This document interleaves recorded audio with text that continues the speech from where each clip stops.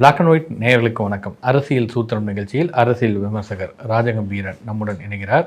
வணக்கம் சார். வணக்கம் சார். விஜய் பிரச்சாரத்துக்கு தேர்தல் ஆணையம் அனுமதி கொடுத்துருச்சு அப்படின்னு சொல்லிட்டாங்க. பிரச்சாரத்தை வந்து காலையில் 10 மணி 11 மணி 12 மணி அப்படின்னு சென்னையில் பெரம்பூர், கொளத்தூர், வில்லிவாக்கம் இப்படிலாம் திட்டமிட்டிருக்காங்க. வேட்பாளர் அறிமுக கூட்டம் வேற நாளைக்கு மாமல்லபுரத்தில் வைத்திருக்கிறார். விஜய்யுடைய வேட்பாளர் அறிமுகம் நிகழ்ச்சி, இதுக்கப்புறம் தாவேகாவில் என்ன மாதிரியான செய்திகள் வரும்? ஏறத்தாழ தமிழக வெற்றி கழகத்திற்கு வேட்பாளர்களுக்கான நேர்காணல் முதல் கட்டமாக 60 பேரை சந்திக்கிறார், மறுபடியும் 50 பேரை சந்திக்கிறார்னு ஒரு 2 கட்டமாக அது நடந்தது. அதில் பல பேர் போனவன் திருப்பி வரல. ரொம்ப பேர் இந்த விண்ணப்பத்துக்கு அலைமோதினார்கள். அப்புறம் ஆளை காணோம் அப்படின்னு சொன்னதுக்கு இவங்க சமாளித்தாங்க, ஆன்லைன்லேயே கூட கொடுக்கலான்னு சொல்லிட்டோம் அப்படின்னு. ஆனால் உண்மை அது கிடையாது. 5 கோடி ரூபாயை நீ டெபாசிட் பண்ணுங்கிட்ட, நாங்கள் மானிட்டரிங் பண்ணி கண்காணிப்போம், நிதி பகிர்வு நாங்கள் பண்ணிக்கிறோம் தேர்தல் செலவலாம் என்று சொன்ன உடனே பல பேர் அதிர்ச்சிக்கு ஆளாயிருக்கான். நீங்கள் புதுச்சேரியினுடைய தேர்தலில் தாவேகா வேட்பாளர் பட்டியெல்லாம் பார்த்தீங்கன்னா பாஜகவில் இருந்தவங்க பூரா வேட்பாளராக இருக்காங்க. இப்போ பாஜகவில் இருந்து விரட்டி அடிக்கப்பட்டவன், வெளியேறினவன், ஒரு கட்சியில் எப்பொழுதுமே தொடர்ச்சியாக இயங்க முடியாத சில பேர் எல்லா கட்சியிலுமே இருப்பான். அந்த மாதிரி ஆட்களாக பிடிச்சி இந்த எக்ஸுன்னு சொல்லுவாங்கல்ல, ஏற்கனவே இந்த முன்னாள் அமைச்சர் எப்படி செங்கோட்டையனை கூட்டிகிட்டு வந்தாங்களோ, எல்லா இயக்கங்கள்லையும் எல்லா அரசியல் கட்சி பேர்கள்லையுமே பேச்சாளராக இருந்த நாஜிர் சம்பத்தை கூட்டு வந்தாங்களோ, அதே கதை தான் இப்போ இங்கேயும். பாஜகவில் முன்னாள் நிர்வாகியாக இருக்கிறவனையெல்லாம் கொண்டு வேட்பாளர் பட்டியலாம் அறிவிச்சுட்டாங்க. அப்போ நீங்கள் விஜய்க்காக விஜயினுடைய நற்பணி மன்றம் ரொம்ப காலமாக நீண்ட காலமாக அவரோட பயணித்தவர்கள் அப்படின்னு ஒரு கூட்டம் இருப்பாங்கல்ல, அவங்கெல்லாம் எங்கே அப்படின்னு ஒரு கேள்வி இருக்குது. இப்போ சாதாரணமானவர்களுக்கு தான் தளபதி விஜய் வேட்பாளராக உங்களை அறிமுகப்படுத்துவார் அப்படின்லாம் பேசினாங்கல்ல. போஸ்ட் ஓட்டினவங்களுக்கு தான் அப்படின்னு சொன்னாங்க இல்லையா. இப்போ போஸ்ட் ஓட்டினவங்களே தவிர அப்படின்னு ஆக்கிட்டாங்க அவங்களே. என்ன காரணம்னு நீங்கள் பார்க்கும்போது பல பேர் என்ன செய்கிறாங்கன்னா, யாரெல்லாம் பணம் வச்சுருக்கிறானோ எல்லாம் வாங்க. எனக்கு தெரிந்து சிறுபான்மை சமூகத்தை சேர்ந்த ஒரு அரசியல் கட்சி, நான் சொல்கிறது முதன்மை கட்சிகள் கிடையாது, கொஞ்சம் ஒரு இதுள்ள கட்சி, ஒரு சின்ன கட்சின்னு வச்சுங்களேன், தாவேகாவோட ஒரு பேச்சுவார்த்தைக்கு போயிருக்காங்க. அவர்கிட்ட 2 கோடி ரூபா கேட்டிருக்காங்க. யோசிச்சு பாருங்கள், கூட்டணிக்கு யாராவது கட்சிகள் வந்தால் அரவணைத்து செல்ல வேண்டும் அப்படிங்கிறது தான் எழுதப்படாத விதி. ஜெயலலிதாலாம் என்ன செய்வாங்கன்னா, சிறு கட்சியாக இருக்கா, அவருடைய ஸ்டேட்டஸு, அவர் யார் என்ன மாதிரி ஆள் என்னங்கிறது அந்த உளவுத்துறை ரிப்போர்ட்லாம் வச்சுட்டு, இவர் தகுதியான ஆள் தான், கரெக்டான ஆள் தான் அவர் அப்படின்னா, உனக்கு ஒரு சீட்டு போ, ரிட்டர்னில் நில்லு அப்படின்னு சொல்லி போகும்போது செலவு காசு வாங்கிடுவோம் அப்படின்னு சொல்லிடுவாங்க. அவங்களுக்கு தெரியும் அதெல்லாம். அப்போ சிறு கட்சிகளை அரவணைப்பாங்க பெரிய கட்சிலாம். இவங்க அங்கேயும் ஆட்டையை போடுறதுக்கு ஏன்னா இவங்க 200 ரூபா டிக்கெட்டை 2000 ரூபாய்க்கு விற்று பழக்கப்பட்டவங்கிறதுனால அதே மாதிரி டிக்கெட் விற்கிற மனநிலையிலேயே இன்னும் தாவேகாவை நடத்துகிறாங்க. அதனால் இப்போ அந்த அரசியலில் நீங்கள் விவாதங்களில் பங்கேற்றா அதனுடைய முகம் கிழியுது. விஜய் ஏன் பத்திரிகையாளர் சந்திக்க மறுக்கிறாரு, அவருக்கு சுய புத்தி இருக்கா இல்லையா அப்படிலாம் கேட்குறாங்கல்ல. அப்படி என்ன தீர்வு? அதுக்கு அது தன்னை விமர்சனம் செஞ்சால் அதை மாற்றிக்கொள்ளணும்ல. அதுக்கு பல விவாதத்துக்கு போகாத வேணும். இப்போ நீங்கள் ஒரு தொலைக்காட்சியில் கூட தாவேகாக்காரங்க விவாதத்துக்கு வர்றதே இல்லை. அந்த பெலிக்ஸ் ஜெரால்டெலாம் ஓடி போயிட்டாப்புல, 2-3 இதில் அவமானப்பட்டு ஓடி போயிட்டாப்புல. ஏன்னா பதில் சொல்வதற்கு அவர்களிடத்தில் எதுவுமே இல்லை.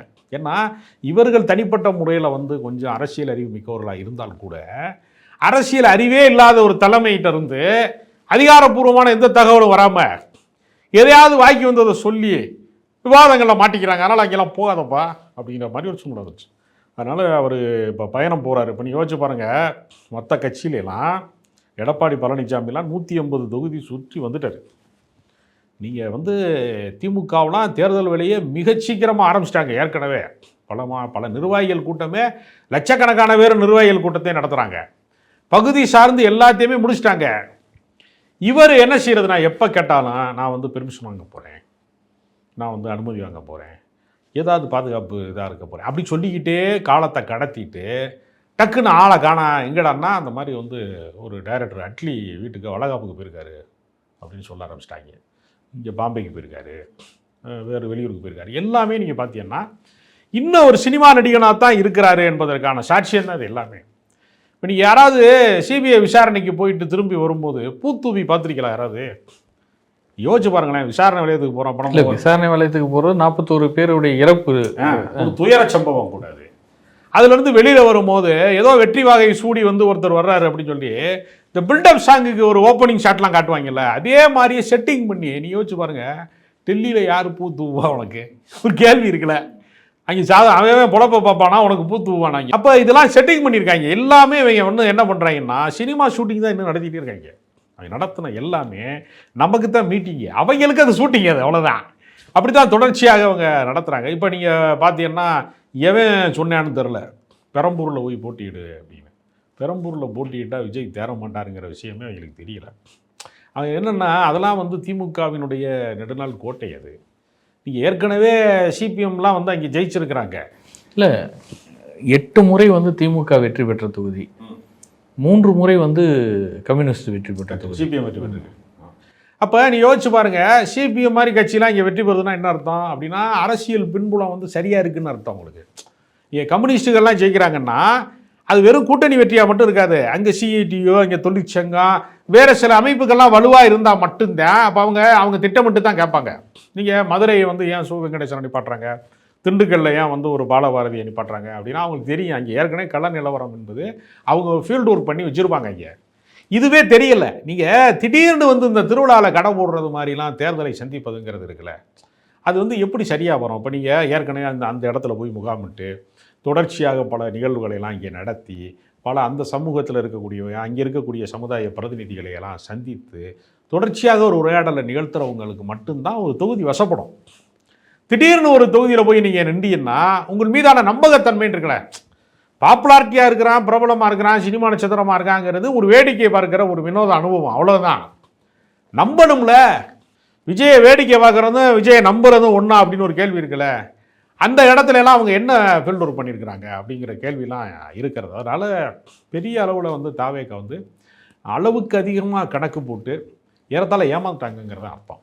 ஏன்னா இவங்க வந்து இந்த துணை முதல்வர், அதாவது நான் 2.5 வருஷம் ஆட்சி செஞ்சுக்கிறேன், நீ 2.5 வருஷம் ஆட்சி செஞ்சுக்கங்கிற லெவலுக்கெல்லாம் பேசாமல் 90 சீட்டு கொடுங்கன்னெலாம் கேட்காம ஒரு 40 சீட்டோ 30 சீட்டோ வாங்கிக்கிட்டு ஒரு முதல் கட்டமாக எப்படி விஜயகாந்த் ஒரு எதிர்க்கட்சி தலைவராக வந்தார், அந்த மாதிரி ஒரு ஒப்பந்தத்தின் அடிப்படையில் அதிமுக கூட்டணிக்குள்ள அவங்க போயிருந்தாங்கன்னா தப்பிச்சிருப்பாங்க.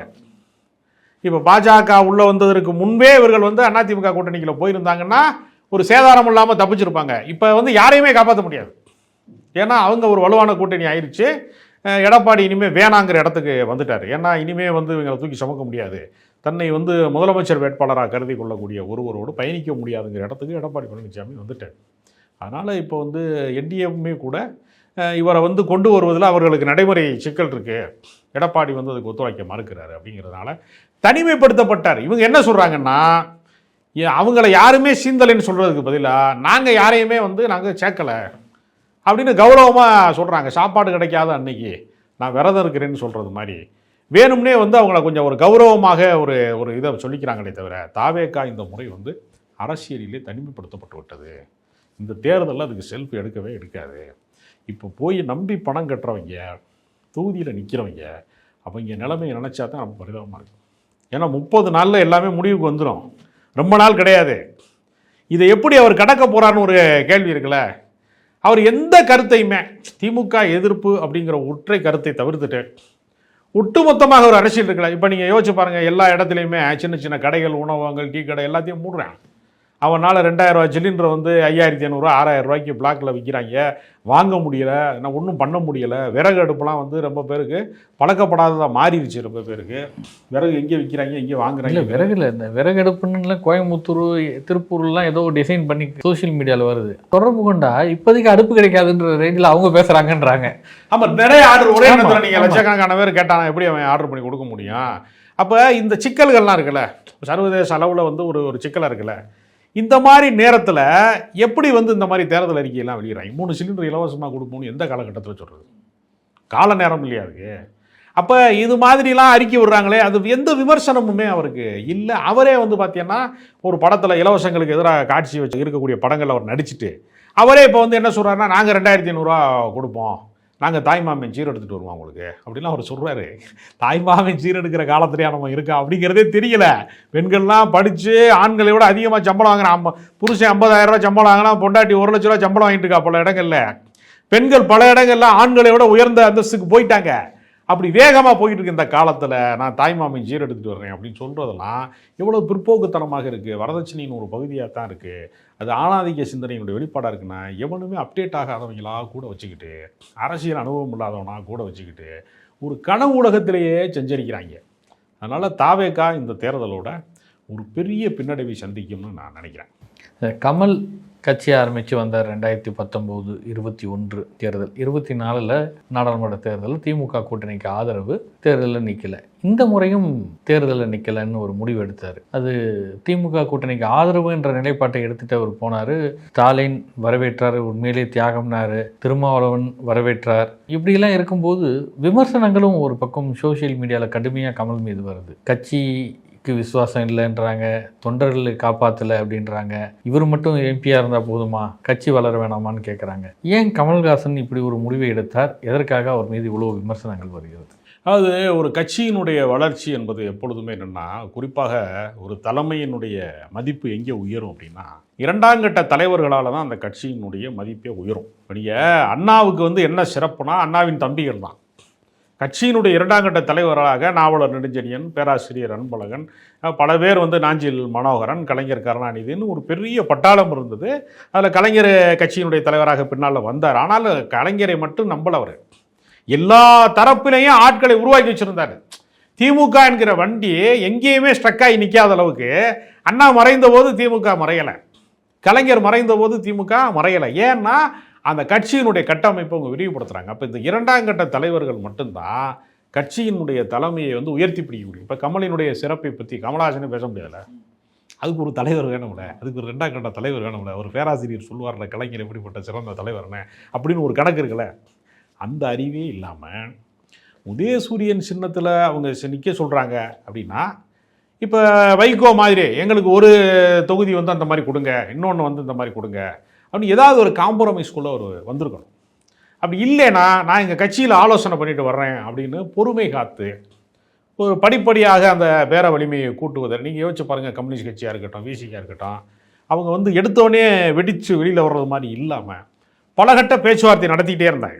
இல்லை, இதில் சோஷியல் மீடியாவில் இன்னொன்று கருத்துக்களும் வந்துட்டுருக்கு. என்னென்னா, நீங்கள் ராஜ்யசபா எம்பியாக இருக்கிறது திமுக எம்பி தானே, ராஜ்யசபாவில் திமுக தான் இருக்க போகுது. அப்போ நீங்கள் திமுக எம்பி ஆகும்போது திமுக சின்னத்தில் நின்று உன் கட்சியை சேர்ந்த எம்எல்ஏ ஆனால் என்ன பிரச்சனைன்னு தானே கேள்வி கேட்குறாங்க. இப்போ நீங்கள் ஒரு அவருடைய தொகுதிக்கு, அவருடைய கட்சிக்கு ஒரு 4 தொகுதி கொடுக்குறாங்க, 2 தொகுதி கொடுக்குறாங்க அப்படின்னா 2 எம்எல்ஏ இருந்தால் அவங்க மக்கள் நீதி மையம் எம்எல்ஏ வெளியில் அப்படி தான் சொல்லுவாங்க.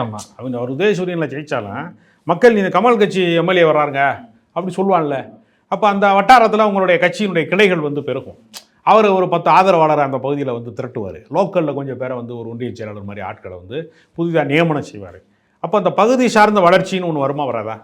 அடிப்படையில் அப்படி ஒன்று வளரும். அப்படி வளரும்போது அது என்ன ஆகும், பின்னாடி அடுத்த தேர்தலில் எங்கள் சின்னத்தில் தான் நாங்கள் நிற்போம் அப்படின்னா அவங்க சரி, அவங்களுக்கு கணிசமான வாக்கு வங்கி இருக்குது, அவங்களுக்குன்னு ஓட்டு போட ஆள் இருக்குது அப்படிங்கிற மாதிரி ஒரு தோற்றத்தை உருவாக்குவதன் வழியாக கட்சியை அடுத்த கட்டத்துக்கு கொண்டு போகிறதுக்கு பதிலாக இந்த ஒன்மேன் ஷோ நடத்துறதுன்னு ஒன்று இருக்குல்ல, நான் மட்டும்தான் லீடர் அப்படிங்கிறது இருக்குல்ல, அது இன்னும் பிக் பாஸ் மனநிலையிலேயே அவர் தொடர்கிறாரான்னு ஒரு கேள்வி இருக்குது. பிக் பாஸில் எல்லாருமே அவுட்டு, ஆனால் பிக் பாஸில் யார் நடத்துகிறாங்களோ அவங்க அவுட் ஆக முடியாதுல்ல, அது மாதிரி தான் கட்சியை நடத்துகிறாரு. அதனால் பிக் பாஸ் நடத்துகிறது மாதிரி கட்சி நடத்துகிறாரு. அவர் கட்சி பணியை செய்யலையேங்க. அவர் மிகச்சிறந்த திரைப்பட ஆளுமை, அவர் நடிகர், இயக்குனர், பாடகர் எல்லாம் தெரிஞ்சவர்னு வச்சுக்கோங்க. கலைத்துறையில் ஒரு வித்தகர் தான், அதில் ஒன்றும் நமக்கு சந்தேகம் கிடையாது. அரை நூற்றாண்டுக்கு மேலாக ஒரு வித்தகர் தான். ஆனால் அவர் அரசியல் பண்ணி என்ன செஞ்சார்? இல்லை, கம்பேர் பண்ணும்போது கமலை விட விஜய் கொஞ்சம் பெட்டரா. ஏன்னா 2ஆம் கட்ட தலைவர்கள் அப்படின்னு சொல்லும்போது இன்னைக்கு புசி ஆனந்த், ஆதவ் அர்ஜுனா இப்படி போன்றவர்கள்லாம் கட்சியில் ஒரு பேசுறதுக்கு தெரியறதுக்கு கொண்டாந்து நிறுத்திருக்கிறாரு. இதை கம்பேர் பண்ணும்போது அது பரவாயில்லன்னு தோணுதா? இல்லை, அவரும் கட்சி தொடங்கும் போது ரொம்ப பெரிய ஆட்களை எல்லாம் கூட வச்சுருந்தார். அவெல்லாம் இப்போ போயிட்டாங்க, அதனால் நம்ம அதை சொல்ல முடியலை. நீங்கள் பார்த்தீங்கன்னா பாரதி கிருஷ்ணகுமார்னு ஒரு மிகச்சிறந்த இலக்கிய ஆளுமை, ஒரு பெரிய பேச்சாளர், அவரெல்லாம் இங்கே கூட இருந்தார். அது மாதிரி பல பேர் அவருக்கு ஆலோசனை வழங்கக்கூடிய இடத்துல பல பேர் கூட இருந்தாங்க. அவங்கெல்லாம் போயிட்டாங்க. IAS, IPS. இப்போ பொன்ராஜ் கூட மாநில துணைத் தலைவராக இருந்தார். அப்துல் கலாமுடைய அறிவியல் ஆலோசகராக இருந்து வரலாம். அப்போ அந்த மாதிரி இன்டலெக்சுவல் பர்சனாலிட்டிலாம் கூட இருந்தாங்க. ஆனால் கமல்ஹாசனால் எந்த சேதாரமும் கிடையாது. இந்த மாதிரிலாம் அம்பு நெரிச்சலில் செத்தாங்க, அடிபட்டு செத்தாங்க, பைக்கில் பின்னாடி ஓடி போய் விழுந்து செத்தாங்க, இந்த மாதிரியான 50க்கும் மேற்பட்ட மரணங்கள் இருக்குல்ல, இது மாதிரியான சம்பவங்களை எல்லாம் அவர் நிகழ்த்தலை. அவர் ஏறத்தாழ ஒரு ஜென்யூனான அரசியலை தான் நடத்தினார். அவர் இன்னும் கொஞ்சம் செயல்பட்டு இருக்கலாமே தவிர, செயல்பாடு இன்னும் தீவிரத்தன்மை அடையாமல் போனாரே தவிர அவர்கிட்ட தீமை எதுவும் கிடையாது, நன்மையும் கிடையாது தீமையும் கிடையாதுன்ற மாதிரி தான் அரசியல் இருந்துச்சு. இவர் அப்படி கிடையாது. இந்த அரசியல் ரொம்ப பெரிய சேதாரத்தை உண்டாக்கு. பாஜக முன்னாள் மாநில தலைவர் அண்ணாமலை இந்த சமீபத்திய அரசியல் நடவடிக்கையில் கொஞ்சம் விலகி இருக்கிறார் மாதிரி தெரியுது. அதாவது அதிமுக சீட் எண்ணிக்கை சொல்லும்போதும் அண்ணாமலையை காணும். ஆனால் மாநில முன்னாள் தலைவர்கள் எல் முருகன் இருந்தாங்க, தமிழிசை சவுந்தரராஜன் இருந்தாங்க. தொகுதி அறிவிக்கும் போதும் இல்லை. மற்ற ஆக்டிவிட்டீஸ்லையும் கொஞ்சம் கம்மியாக இருக்கிற மாதிரி தெரியுது. என்ன காரணம்? இந்த தேர்தலில் அண்ணாமலை போட்டியிடுவாரா? வாய்ப்பு கிடைக்குமா அதுக்கு? அண்ணாமலை மாநில தலைவர் பொறுப்பிலிருந்து விடுவிக்கப்பட்டதற்கு பின்பு அவர் மிகுந்த மனச்சோர்வுக்கு ஆளாகிவிட்டார். அதான் உண்மை. அதுக்கு முன்னாடி அவர் இயங்கியது, அவர் பர்சன்டேஜ் காமிச்சது, தனக்கென்று ஆதரவாளர்களுடைய எண்ணிக்கையை தமிழ்நாடு முழுக்க பெருக செய்தது, தனக்குன்னு ஒரு வார் ரூம் வச்சுக்கிட்டது, தனிப்பட்ட டீமை உருவாக்குனதுன்னு அவர் ரொம்ப ஆக்டிவாக தான் அரசியல் செய்தார்.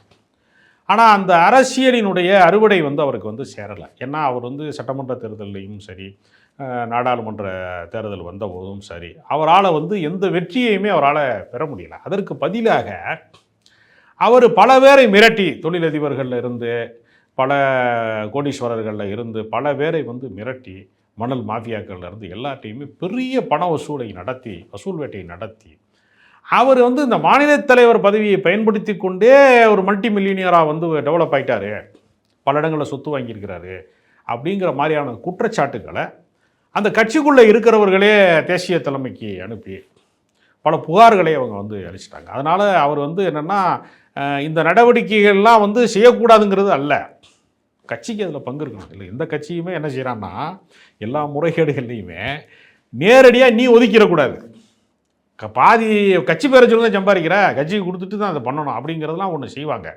இவர் தனிப்பட்ட செல்வாக்கை உருவாக்குவதற்கும் தனிப்பட்ட விஷயங்களை உருவாக்கி கொள்வதற்கும் அதை பயன்படுத்தி கொண்டார்னு குற்றச்சாட்டு உருவாக்கும். அப்புறம் அதிமுக கூட்டணியை உடைத்ததில் இவருடைய நடவடிக்கை மிக முக்கியமானது அப்படிங்கிறது, நாடாளுமன்ற தேர்தலில் தனிமைப்படுத்தினது, இதெல்லாம் பார்க்குற போது ஒரு கடுமையான அதிருப்தி ஒரு மேலே இருக்குது. அதை அவங்க வெளியில் காட்டாமல் இருக்கிற போது இதற்கு என்ன செய்யலாம்னு நினைக்கவோ அவர் ஒரு தனி கட்சியை நோக்கி இப்போ நகரலாம்னு நினைக்கிறப்ப அது நடைமுறையில் எவ்வளோ தூரம் சாத்தியப்படும் அப்படிங்கிறதுக்கான திட்டமிடல்கள் இப்பயும் பண்ணிகிட்டே இருக்கார். அவருடைய இலக்கு அதுதான். எப்போ ஆரம்பித்தா அது சரியாக வரும்? பாஜக நம்மளை ஏதாவது பழி வாங்கிடுமா மத்திய அரசாங்கம், அவங்களுடைய வலையில் சிக்காமல் தனியாக எப்படி ஒரு கட்சி நடத்துறது அப்படிங்கிறதுக்கான முன் தயாரிப்பு வேலையில் அவர் இருக்கும்போது அவரை சட்டமன்ற உறுப்பினராக ஆக்கிறது, அவருக்கு சீட்டு கொடுக்குறதுங்கிறது சொந்த காசில் சூனியம் வைக்கிறது மாதிரி ஆயிரும் அப்படிங்கிறதுனால அவங்களுக்கு ஒரு அச்சம் இருக்கிறது ஒரு மேலே. அப்புறம் நயினா நாகேந்திரன் மாதிரியான தலைமைக்கு இவர் ஏற்கனவே இவர் தான் பணம் ரயிலில் போனது, தாம்பரத்தில் போனது இவர் டீமில் இருந்தால் போட்டு விட்டாங்கன்னு இவர் மேலேயே சந்தேகம் இருக்குது அவங்களுக்குலாம். அதனால் சொந்த கட்சிக்காரன் பல பேருக்கு பல சிக்கல்களில் அவர் மாட்டி விட்டார் அப்படிங்கிறதுனால இவர் மேலே எல்லாத்துக்குமே ஒரு அதிருப்தி இருக்கிறது. அதனால் இந்த சூழலை அவர் புரிந்து கொண்டு அவராக விலகி போகிறாரு. ஏன்னா அவர்கள் விலக்கி வைப்பதற்கு முன்பு, அவர்கள் விடுவிப்பதற்கு முன்பு நம்மளே விலகிக்கலாங்கிற ஒரு கட்டத்தில் தான் அவர் இருக்கிறாரு. அண்ணாமலை ஒரு புதிய அரசியலை தொடங்க போகிறார் அப்படிங்கிறதுக்கு தக்க தருணம் பார்த்து கொண்டிருக்கிறார். அதுதான் உண்மையான காரணம். நன்றி சார்.